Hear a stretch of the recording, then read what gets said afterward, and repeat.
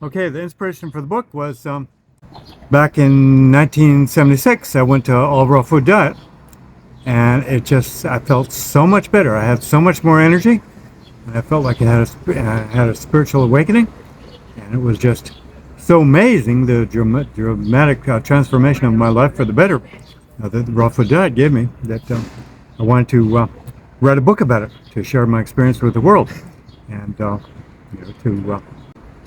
share this secret of a much better life, much improved life, with as many other people as I could get across to.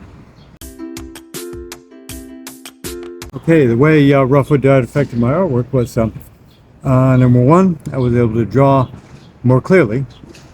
Before, my drawings had been kind of vague and kind of misty and cloudy and vague, and when I became raw foodist, it was like my mind was clearer, and so I wanted to and was able to draw everything a lot more clearly. Like, clear drawing corresponds to a clear mind, and also my drawings were bolder. That they, instead of being kind of weak and sketchy, they looked a lot bolder, and my composition became a lot more lively. Like before, when I had done a composition for a painting or a drawing, it was often full of a lot of empty space, and just concentrating on the subject, and then a lot of kind of empty space behind it, and that was because, and I found out that was because as a food eater, my vitality was kind of low, and I just didn't feel up to filling all the space of the picture with something interesting. So my composition became a lot more full, more lively, and full of a lot denser, I think is the artistic word for it. And just my compositions became more full of a lot more abundant stuff. And also my colors. Also, I didn't want to do kind of bizarre and morbid subjects anymore.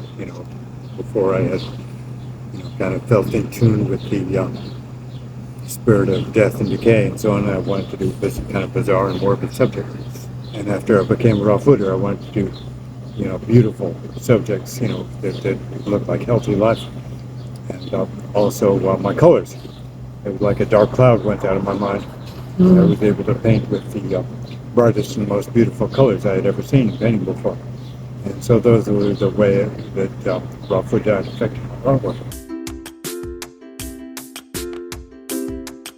The point that Doug Graham seems to emphasize most is that most people eat, even if they're raw fooders, most people eat much too much fat.